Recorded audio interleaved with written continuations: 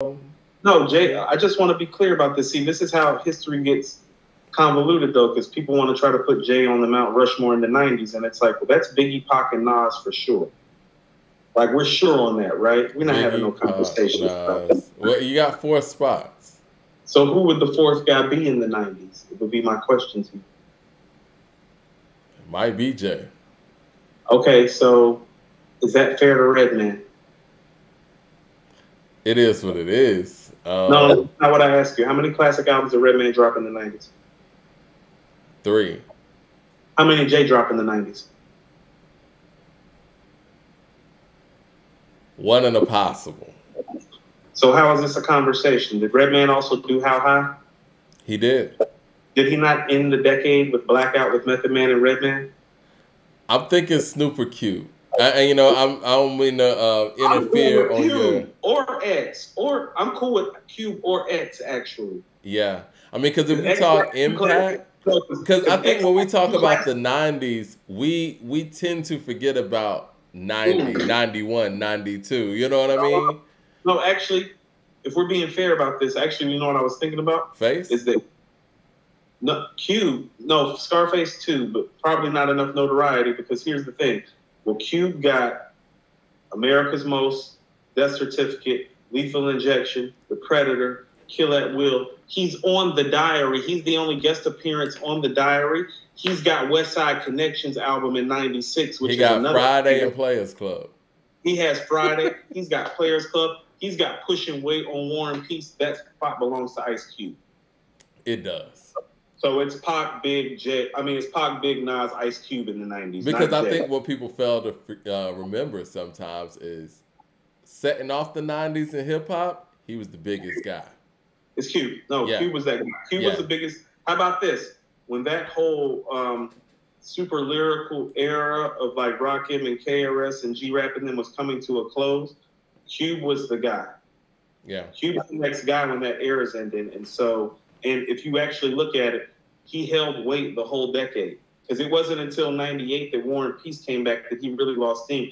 That West Side Connection album is great, Mike. That's as dope as any album in 1996, too. That's a dope-ass album. I think Cube's run from 90 to 96 even trumps Jay's run from 96 to 99. Because if we're counting 2000s in the 2000s, right? So we're going to have to count Reasonable Doubt, Volume 1, as we, highlighted earlier. They really didn't have the impact that, that they did later on when he became who he became. So his impactful project was Volume 2.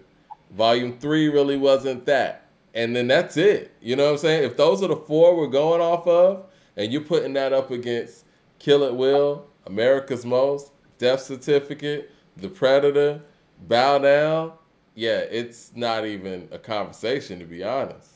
And to be honest with you, if you are putting Jay ahead of Cube, what you're really being is that's real East Coast bias, actually. It is. It is. No, that's real. I mean, because let's just look at it like this, and we got to be honest.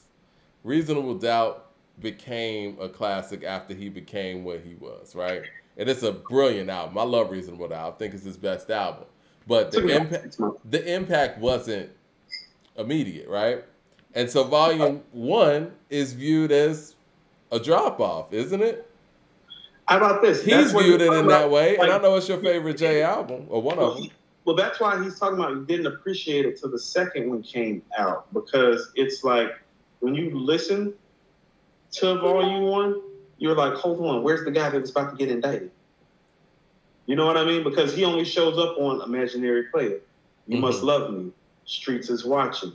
Where I'm From. Like he doesn't give it to you full scale like he does on Reasonable Doubt. And it makes you go back to Reasonable Doubt and understand the conversation on a whole nother level. It's like, oh, no. He was really giving us like that real street rhetoric. And I also want to say something too, because I think this is something that often when I say it, people don't understand the depth of what I'm saying.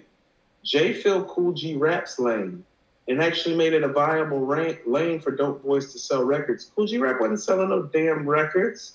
Like, so when I'm talking about Jay in relationship to 50 and what he does, Jay does what Cool G Rap did. That shit used to not sell you anything. Jay is a hustler. Jay took something that didn't sell for the previous and made it viable. So I'm not trying to downgrade him when I'm talking about the hit maker that he is in relationship to 50. It's like, no, he sold this dope boy talk to the tune of like platinum and then multi-platinum. That hadn't been done before. Nobody talking like him was going platinum.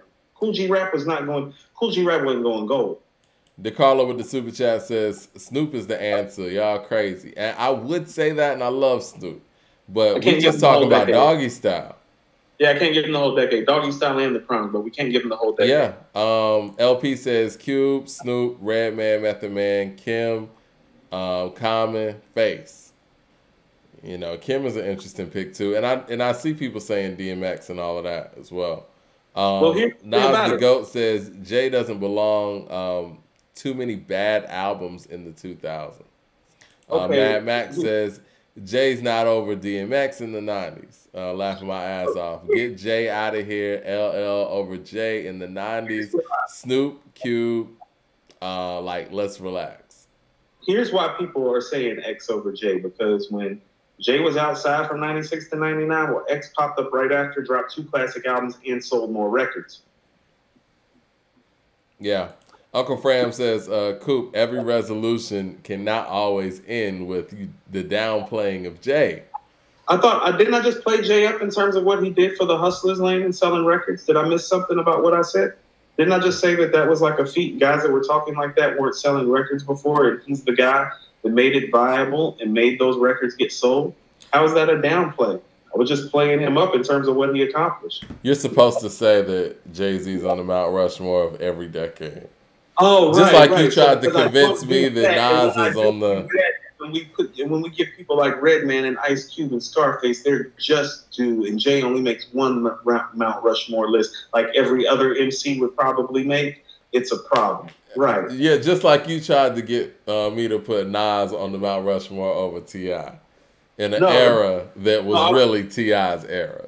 No. It's just musically, he didn't make better music than Nas, but the era was his, and even I conceded that. That's what I mean is that like these dudes that be on Jay's side, it's like they be so hard about how they ride for him. It's like he wasn't the best thing that you heard from the moment that you heard him from the beginning to the end. He's not big. He's not pop. He's not Nas. He's not Rakim. He's not on the Mount Rushmore in the 90s. He popped up in 96. He made one classic album. He made one really dope album. He had some hot features. Next. It's problematic, in a word. All right. Well, let's get up out of here, man.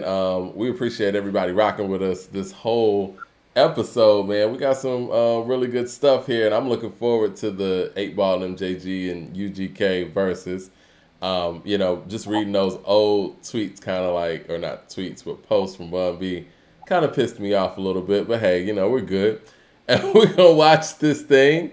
And if you haven't gotten the According to Hip Hop 2020 and 2021 yearbook, we're going to put the link in the chat, or I'll put the link in the description of this actual video. Y'all need to check it out, because really this whole episode, Coop, was about people not properly documenting history and individuals out here trying to rewrite history, all the way down to Swiss treating Bun B like UGK and 8-Ball and MJG aren't historical figures in hip-hop.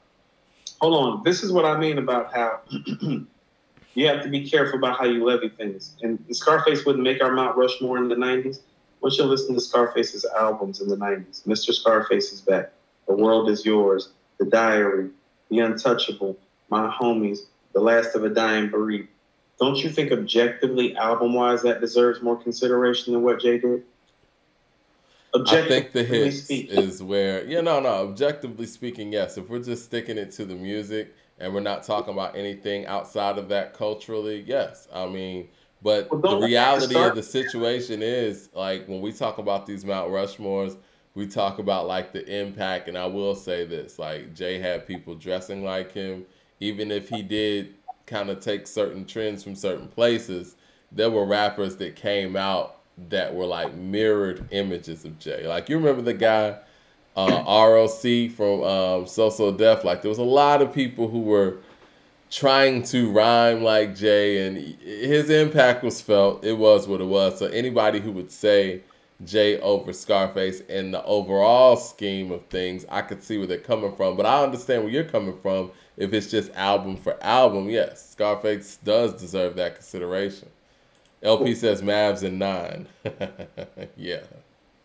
No, all I'm saying is that like people need to stop acting like that, like Jay-Z like just came in this game, because this is how it gets framed now. They act like he came in this game, he took this game, he's been running this game. It's like, no, he got here late '95. He didn't really get his running the game from 90. That started about summer of '98. That was over by about the '90s was pretty much over at that point. Right. And so like I said, and I don't say this disparagingly, Leroy Green, but when it got hot and you had somebody who was coming in with a full machine and 50 Cent and banging on every level, on the street level and the mainstream level, he bowed out. Business decisions. And waited until things cooled off and came back in. You know, I remember that Breakfast Club interview that he did. I want to say that was around Magna Carta time. And he said he was telling Beanie Siegel and the rest of State Property, yo, this 50 Cent guy's coming. He acknowledged that.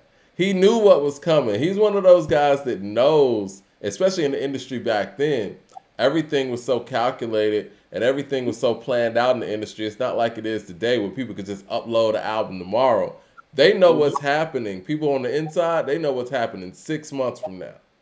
He knew 50 was coming, and he knew he was coming in that way. He had that inside information. And he was like, yo, let me chill out for a minute. Let this cool off, come back. He had money, he had power, he had relationships. Yeah. He's seen people. He wrote Still DRE. Exactly. Yeah. He wrote Still DRE. He knew what was coming. Right. Well, yeah, we're going to get up out of here, man. I'm looking forward to talking about this Versus recap on Friday. I mean, because I know people probably ain't going to be up tomorrow night to chop it up with us after the Versus, but you and I need to talk about it before we talk about it, if that makes any sense. Because I'm sure I'm going to have my notepad out, and, you know, and I hope it goes well for Bun, 8 Ball, and them JG's, you know, purposes. But as quickly as they put this together, I don't know.